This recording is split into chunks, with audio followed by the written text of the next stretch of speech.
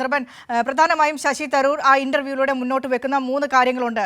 ഒന്ന്, സംസ്ഥാനത്ത് കോൺഗ്രസിന് പ്രധാനമായ ഒരു നേതൃത്വത്തിന്റെ അഭാവമുണ്ട്. രണ്ടാമത്തെ കാര്യം, കോൺഗ്രസിലെ പെടലപ്പിണക്കങ്ങളിൽ ഘടകകക്ഷികൾ വരെ അതൃപ്തരാണ്. മൂന്നാമത്തെ കാര്യം, 2026-ൽ കോൺഗ്രസ് ഈ നിലയിൽ മുന്നോട്ട് പോവുകയാണെങ്കിൽ വീണ്ടും പ്രതിപക്ഷത്തിരിക്കേണ്ട ഒരു ഗതികേടുണ്ടാകുമെന്ന മൂന്ന് പ്രധാന കാര്യങ്ങൾ ശശി തരൂർ ആ ഇന്റർവ്യൂവിലൂടെ പറയുന്നുണ്ട്. ഏത് രീതിയിലായിരുന്നു കെ മുരളീധരനോട് അതിനോടുള്ള പ്രതികരണം?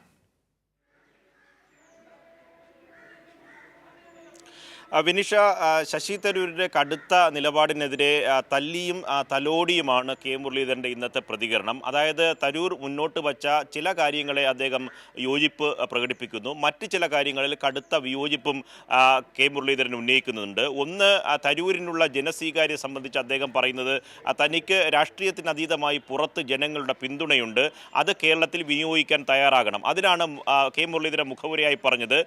തലസ്ഥാനത്ത് തിരുവനന്തപുരം മണ്ഡലത്തിൽ തന്നെ ഹാട്രിക് വിജയം നേടുന്നത് ആദ്യമായി തരൂരല്ല, എ ചാൾസ് തുടർച്ചയായി 3 തവണ വിജയിച്ചിട്ടുണ്ട്. പാർട്ടി പ്രവർത്തകരാണ് പുറത്തു നിന്ന് ഈ പാർട്ടിക്ക് അതീതമായ വോട്ട് കൊണ്ടുവരേണ്ടത്.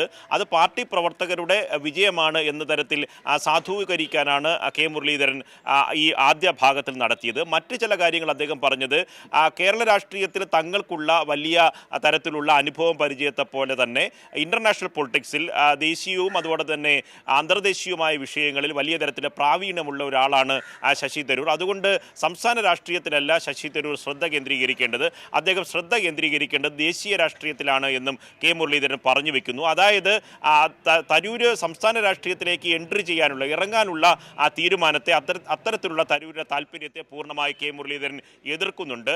മറ്റൊന്ന്, അദ്ദേഹം ജനസ്വീകാര്യനാണ്, പാർട്ടിക്ക് അതീതമായി ജനങ്ങൾക്ക് ഇടയിൽ അദ്ദേഹത്തിന് പിന്തുണയുണ്ട് എന്ന വാദത്തെ തുടർച്ചയായി തലസ്ഥാന മണ്ഡലത്തിൽ വിജയിച്ച ആദ്യയാൾ തരൂരല്ല.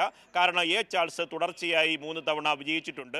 പാർട്ടിക്ക് പുറത്തു നിന്ന് വോട്ട് കൊണ്ടുവരണമെങ്കിൽ അത് പാർട്ടി പ്രവർത്തകർ വിചാരിക്കണം. അതുകൊണ്ട് പാർട്ടി പ്രവർത്തകരുടെ അശ്രാന്തമായ പരിശ്രമം കൊണ്ടാണ് തരൂർ വിജയിച്ചത്, തൻ്റെ വ്യക്തിപരമായ വിജയമായി കാണേണ്ടതില്ല എന്നതാണ് മറ്റൊരു ഭാഗം. മറ്റൊന്ന് അദ്ദേഹം പറയുന്നത്, പ്രധാനപ്പെട്ട കാര്യമായി പറയുന്നത്, UDF-ൽ വലിയ തരത്തിലുള്ള അതൃപ്തരുണ്ട് എന്ന തരൂരിൻ്റെ ഭാഗത്തിൽ UDF-ൻ്റെ വിഷയങ്ങൾ ചർച്ച ചെയ്യാൻ ഒരു ദിവസം ഫുൾ ഡേ മീറ്റിംഗ് വിളിക്കുന്നുണ്ട്.